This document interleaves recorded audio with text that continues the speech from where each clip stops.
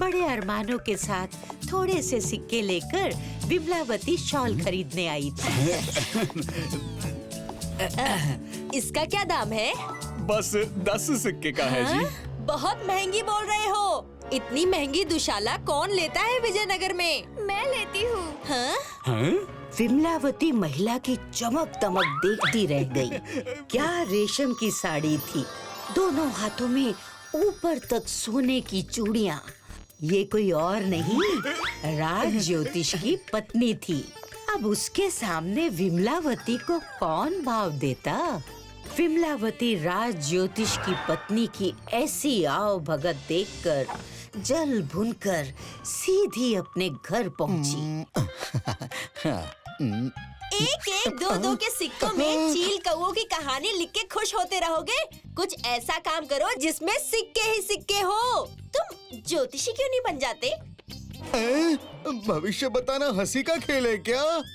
यहाँ कलम चलाकर कहानियाँ लिखते हो, वैसे ही वहाँ ये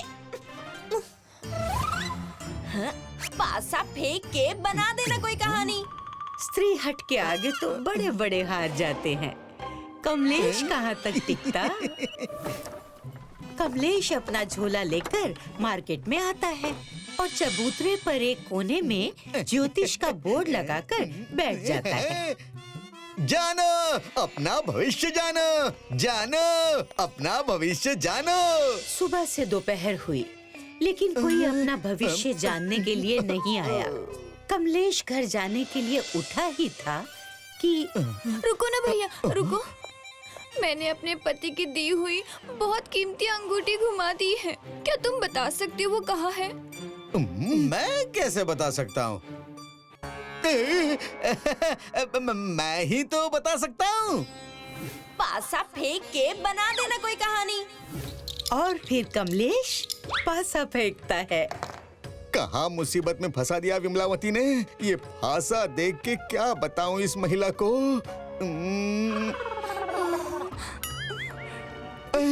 ये तो माचिस की डिबिया जैसा है। माचिस? हाँ, माचिस। हाँ, माचिस। मुझे याद आया, मैंने माचिस की डिब्बी में अंगूठी छुपाकर अलमारी में रख दी थी। धन्यवाद भैया। ये लो भैया, मेरी तरफ से ये भेंट रख लो। देखा, पूरे महीने भर भी कागज पे कलम घिसते ना, तब भी इतनी आमदनी नहीं होती जितनी एक दिन में हुई है।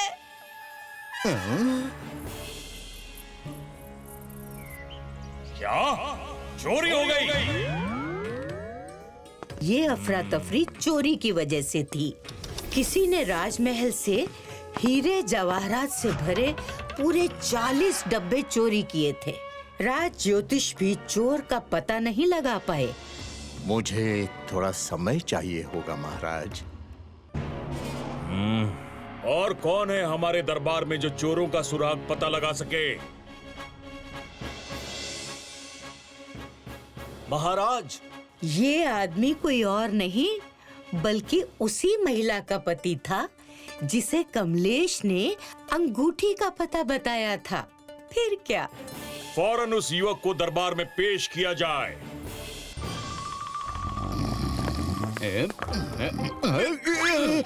अरे कौन हो? कहाँ ले जा रहे हो मुझे? अरे यही है वो युवक महाराज। हमने सुना है कि तुम बहुत सटीक भविष्यवाणी करते हो। बताओ, राजमहल में चोरी किसने की? स्मरण रहे, भविष्यवाणी गलत हुई तो काल कोठरी में डाल दिए जाओगे।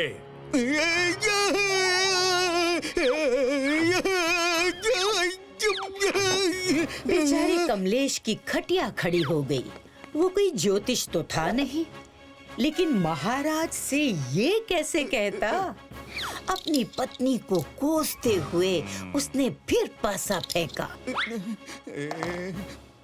क्या दिखता है युवक? 3? क्या 3 चोरों ने मिलकर चोरी की है? हाँ महाराज। वो किस दिशा में गए हैं बताओ। 3 दिन का समय दीजिए महाराज। जाओ, दिया समय। लेकिन अगर 3 दिनों के बाद भी तुम चोरों और खजाने का पता नहीं बता पाए तो तुम्हारे साथ क्या होगा तुम जानते हो।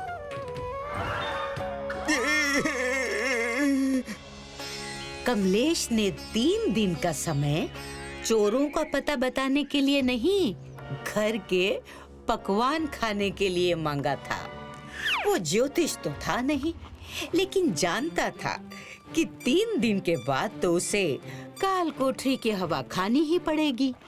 कमलेश काल कोठरी की हवा खाने से पहले अपने मनपसंद लड्डू खा लेना चाहता था। ये सब मेरे लालच की वजह से हुआ। हम भाग नहीं सकते। नहीं विमला, कोई फायदा नहीं। बस 3 दिन ही है मेरे पास। अब तो रोज ये बचे हुए 3 लड्डू खाऊंगा और महाराज से क्षमा मांगकर खुद ही काल कोठरी में चला जाऊंगा। वहीं दूसरी तरफ चोरों को भी इस बात की भनक थी कि कोई महाराज को उनका पता बताने वाला है। मूंगी, अगर उसने सचमुच महाराज को हमारा पता बता दिया तो? ना किसी ने हमें महल में जाते देखा, ना वहाँ से कुछ चुराते देखा, फिर वो कैसे हमारा पता बता सकता है? चोरों की मंडली में तय हुआ कि वो कमलेश के घर पर नजर रखेंगे।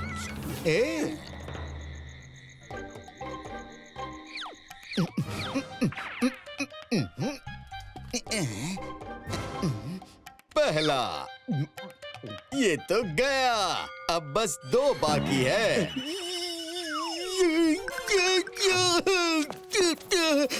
कमलेश लड्डुओं की बात कर रहा था, लेकिन चोरों के साथी को लगा कमलेश ने उसे देख लिया। अगली रात दूसरा चोर कमलेश पर नजर रखने आया। आज दूसरा भी गया जी। उसकी अगली रात चोरों का सरदार खुद सच्चाई का पता लगाने के लिए आ गया। मजा आ गया विमला, ये आखिरी लड्डू भी गया। देखा मूंगी, कितना शातिर है ये। हम जैसे छोटे चोर उसके लिए लड्डू है। कल मैं महाराज को सारी सच्चाई बता दूंगा। चोरों को लगा कमलेश उनका पता महाराज को देने वाला है। माफ कर दो भाई, हमसे गलती हो गई। महाराज को कुछ मत बताना। यहाँ कमलेश को पता चला कि वो 3 दिनों से जिन 3 लड्डुओं की बात कर रहा था, चोरों को लगा वो उनकी बात कर रहा है। कमलेश का लक बाय चांस इस बार भी चल गया था। चोर वहाँ से चोरी के खजाने का पता बताकर उल्टे पैर भागे।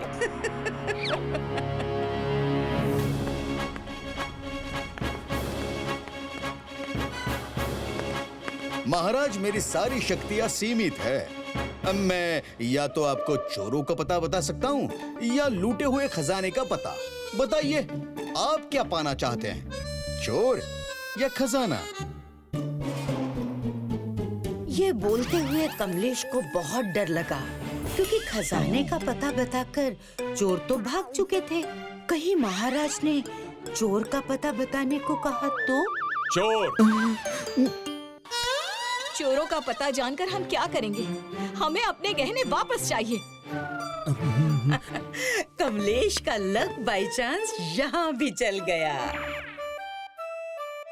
कमलेश ने जहाँ बताया था, चोरी हुए सारे गहने वहीं मिल गए। खुश होकर उन्होंने कमलेश को राज ज्योतिष का पद देना चाहा, लेकिन कमलेश जानता था कि लक बाय चांस चलता है, हरदम नहीं। क्षमा करें महाराज, मेरी सारी शक्ति इस खजाने को ढूंढने में चली गई है। मैं इस पद के लिए योग्य नहीं हूँ।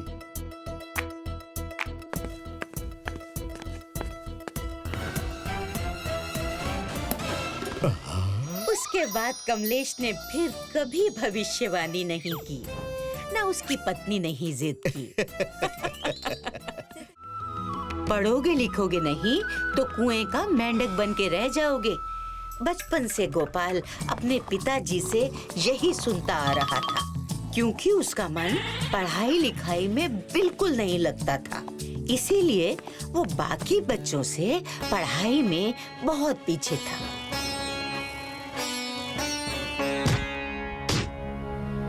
देखते देखते गोपाल बड़ा हो गया।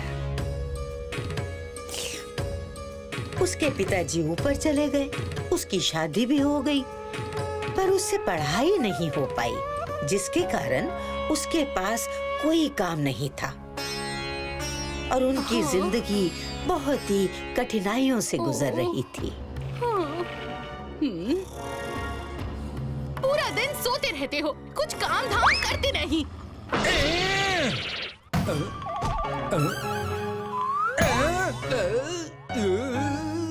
अरे क्या कर रही हो? तुम कुछ ऐसा काम क्यों नहीं करते जिससे कुछ धन कमा पाओ? कम से कम घर में दाना पानी तो आएगा। ऐसा काम? पर क्या? मैंने सुना है महाराज विद्याधर को कविताएं बहुत पसंद है और अगर किसी की कविता उन्हें पसंद आ जाए तो वो उसे इनाम भी देते हैं। तुम भी ध्यान लगाकर कोई अच्छी सी कविता लिखकर महाराज को सुनाओ। क्या पता तुम्हारी कविता भी उन्हें पसंद आ जाए। कविता? और मैं? इसके ताने सुनने से अच्छा है कविता ही लिख लूं। अब ठीक है, मैं कोशिश करूंगा। अगली सुबह गोपाल नहा धोकर कविता लिखने के लिए एक पेड़ के नीचे बैठ गया, पर पढ़ाई तो उसने की ही नहीं थी कभी, इसीलिए उसके दिमाग में कविता क्या, एक शब्द भी नहीं आ रहा था। तभी उसकी नजर तालाब के किनारे एक सूअर पर पड़ी, जो जोर जोर से अपनी पीठ एक पेड़ में घिस रहा था। उसे देखते ही गोपाल बोल पड़ा, इतना ज्यादा घिसने से प्राण संकट में पड़ सकते हैं। वाह वाह वाह वाह, क्या कविता है। इतना ज्यादा घिसने से प्राण संकट में पड़ सकते हैं। ये कविता महाराज को जरूर पसंद आएगी। और इसी लाइन को कविता समझकर एक पत्ते में लिख लिया। अब अपनी कविता जाकर महाराज को सुनाता हूँ। रुको। अरे अरे अरे, कहाँ चले आ रहे हो? मुझे महाराज से मिलना है। महाराज से मिलने का समय समाप्त हो गया है, अब उनके विश्राम का समय है। चलो जाओ यहाँ से। क्या करूं? अगर कविता सुनाए बिना वापस गया तो मेरी पत्नी मुझे बहुत डांटेगी। कुछ उपाय करता हूँ। मेरे पास महाराज के लिए एक जरूरी संदेश है। किसी तरह आप ये संदेश उन तक पहुँचा दे। सिपाही गोपाल की बात सुनकर उस पत्ते को सोते हुए राजा के बिस्तर पर रख आया। सुबह राजा उठा तो वहाँ एक नाई उसकी हजामत करने के लिए आया था। राजा की हजामत बनाने के पहले नाई ने उस्तरे की धार बढ़ाने के लिए उसे पत्थर पर घिसना शुरू किया। तभी राजा की नजर उस पत्ते पर पड़ी और उसने पत्ता उठाकर पढ़ा। इतना ज्यादा घिसने से प्राण संकट में आ सकते हैं। लगता है ये कोई गुप्त संदेश है। जरूर ये दुष्ट मेरी हत्या करने के लिए उस तरह घिस रहा है। बंदी बना लो इसे, ये मेरे प्राण लेने आया है। महाराज, मुझे क्षमा कर दीजिए, ये सब मैंने पड़ोसी राजा के कहने पर किया। गोपाल को दरबार में पेश किया गया। कौन हो तुम और वो दुष्ट मेरे प्राण लेने वाला है, ये तुम्हें कैसे पता चला? वो महाराज, मैं जरूर तुम्हें ज्योतिष का गहरा ज्ञान है, इसीलिए तुम्हें सब कुछ पहले से ही पता चल गया था। मैं तुम्हें आज से इस दरबार का ज्योतिष घोषित करता हूँ। हाँ? गोपाल ने भी बिना कुछ सोचे समझे राजा की बात मान ली, लेकिन झूठ आज नहीं तो कल अपना रंग जरूर दिखाता है। कुछ दिन के बाद महारानी केतकी का सबसे कीमती और प्रिय हार किसी ने चोरी कर लिया।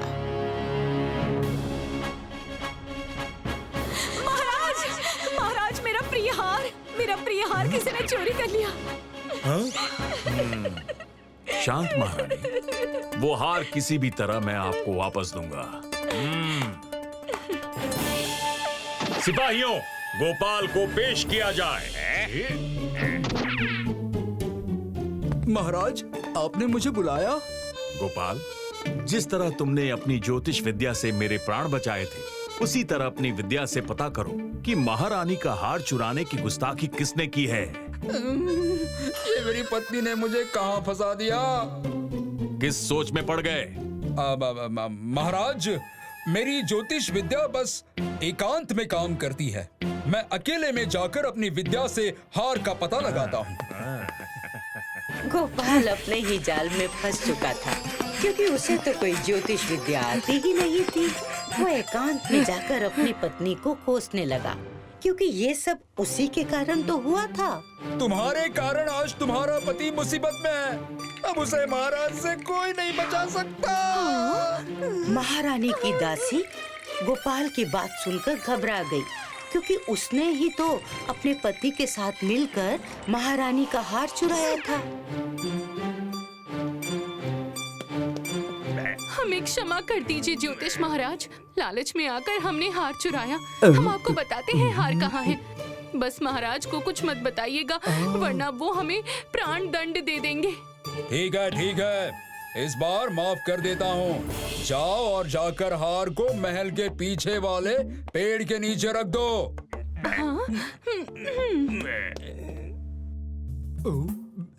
बच गए। महाराज की जय हो। महाराज, मैंने पता लगा लिया है। हार राजमहल के पीछे वाले पेड़ के नीचे है। मैंने सिपाहियों को भेज दिया है। महाराज, गोपाल सही कह रहा है। ये रहा महारानी का हार। वाह गोपाल वाह, तुम्हारी ज्योतिष विद्या सच में अद्भुत है।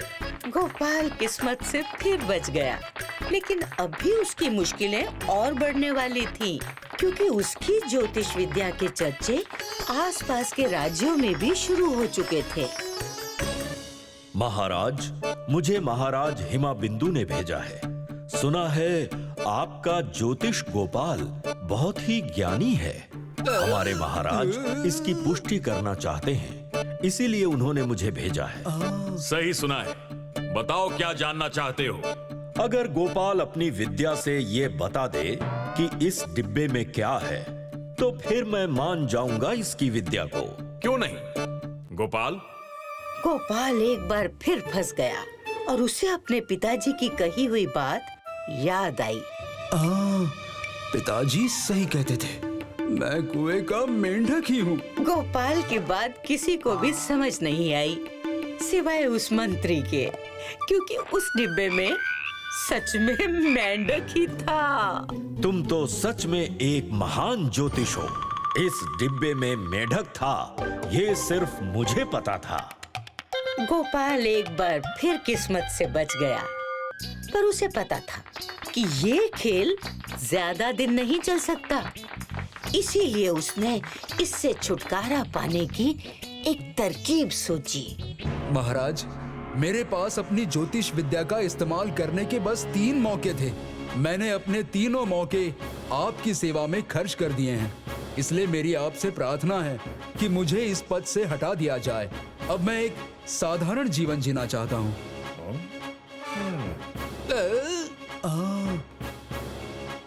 राजा ने उसकी बात मान ली और उसको ढेर सारा सोना चांदी देकर विदा कर दिया।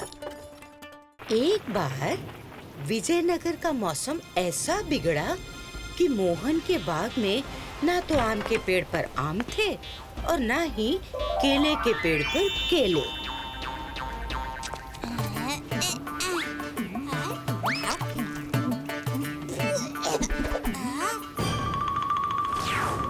हाँ, कहाँ गया? बाबा, मुझे केले खाने हैं, आम खाना है। फल बेचने के अलावा आमदनी का मोहन के पास कोई और साधन नहीं था। उसने मेहनत मजदूरी करने का फैसला कर लिया।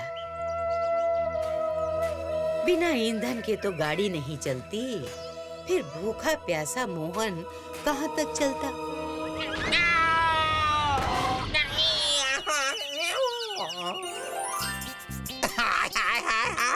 पाई पाई जोड़ के ये क्या किया? चक्कर आ गया था सेठ। अरे तेरे चक्कर में मेरी शक्कर बर्बाद हो गई। निकल जा पाई पाई जोड़ के। सेठ, मेरी मजदूरी। अरे अरे मेरी मजबूरी भी तो समझ, नुकसान करके मजदूरी मांग रहा है। अरे जा भैया, पाई पाई जोड़ के तो जा।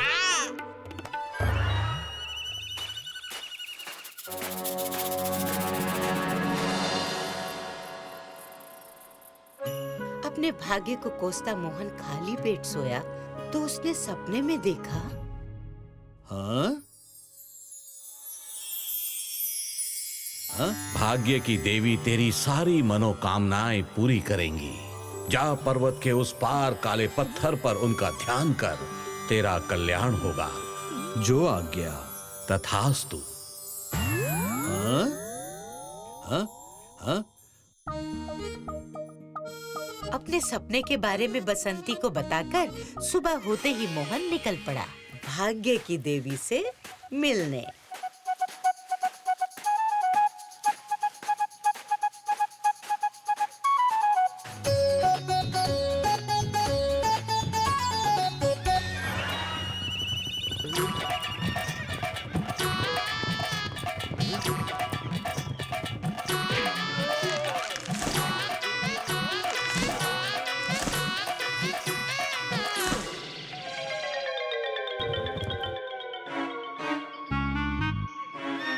भाग्य ने मोहन से बहुत कुछ छीना था, अब कोई उसके चने भी छीन ले, ये मोहन को बिल्कुल मंजूर नहीं था।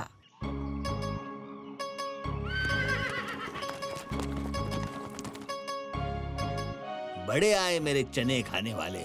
हाँ? हाँ? ओह, तो तुम्हें भी भूख लगी है? ये लो चने खाओ। लगी तो है, लेकिन इन मुट्ठी भर चनों से हमारा क्या होगा?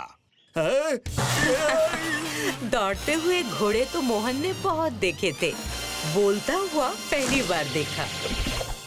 बातों ही बातों में घोड़ों को पता चला कि मोहन भाग्य की देवी से मिलने वाला है। तो एक घोड़ा बोला, भाई उनसे बोलकर हमारा मैदान भी हरा भरा कर देना। मोहन से ज्यादा घोड़ों को जल्दी थी कि वो भाग्य की देवी से मिले।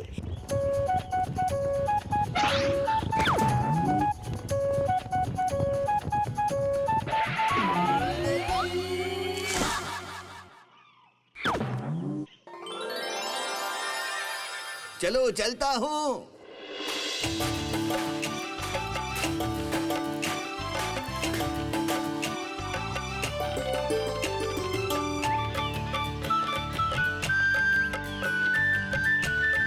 फल।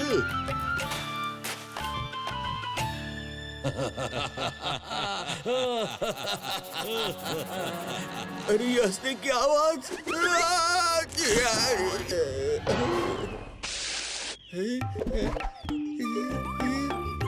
घबराओ मत भाई, मैं फल नहीं दे सकता तो क्या छाया तो दे ही सकता हूँ। तुम बोल सकते हो?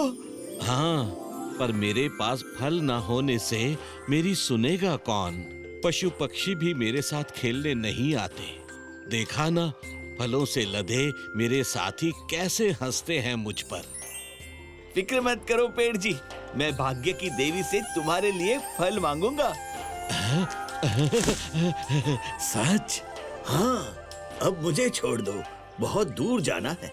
दूर जाना है तो ये लो। अरे मैंने छोड़ने के लिए बोला था, फेंकने के लिए नहीं।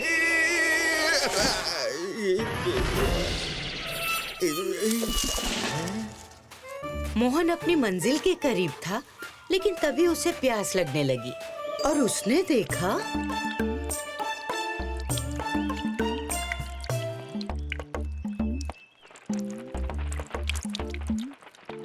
राहगीर, इस पानी को हमारे लिए छोड़ दो, यहाँ पानी की बहुत कमी है। बोलते घोड़े, बोलता पेड़ से मिल चुके मोहन को चिड़ियों का बोलना क्या हैरान करता। फिक्र मत करो चिड़िया रानी, मैं भाग्य की देवी से कहूँगा कि यहाँ फिर से झरना बहेगा। चिड़ियों को तसल्ली और अपने हिस्से का पानी देकर मोहन अपनी मंजिल तक पहुँच गया और भाग्य की देवी का ध्यान करने लगा।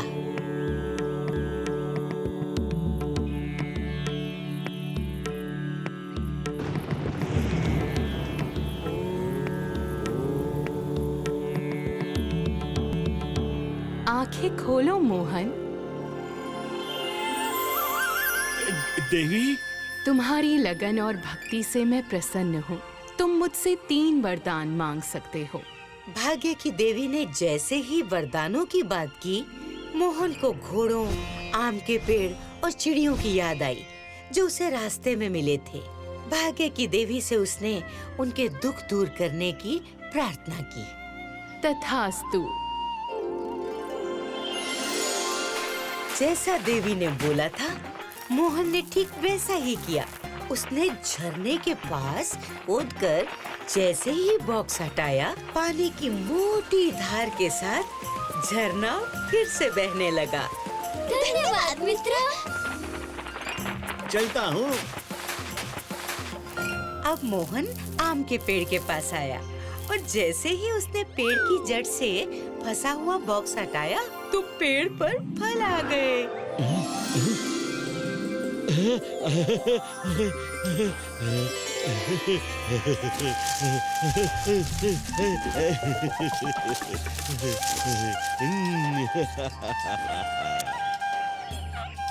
धन्यवाद मित्र।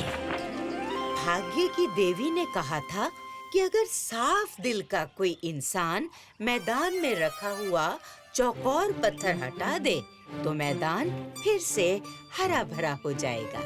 साफ दिल का आदमी कहाँ मिलेगा? इस पत्थर को तुम ही क्यों नहीं हटा देते? घोड़ों की जिद पर मोहन ने डरते हुए पत्थर को हटाया।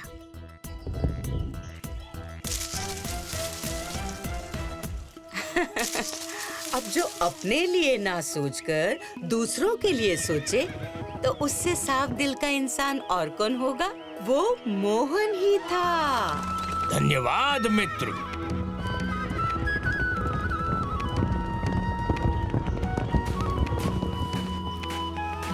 सबकी मदद करके मोहन घर आया तो उसका स्वागत नहीं हुआ। क्या तुमने देवी से अपने लिए कुछ नहीं मांगा? खाली हाथ आ गए? अपने मित्रों की परेशानी के सामने मैं अपनी परेशानी भूल गया था, लेकिन मैं खाली हाथ नहीं आया हूँ। देखो, देवी ने कहा था कि बॉक्स को अपनी पत्नी के सामने ही खोलना। मोहन ने दूसरों की मदद की। भाग्य ने उसका साथ दिया। उसकी सारी गरीबी दूर हो गई।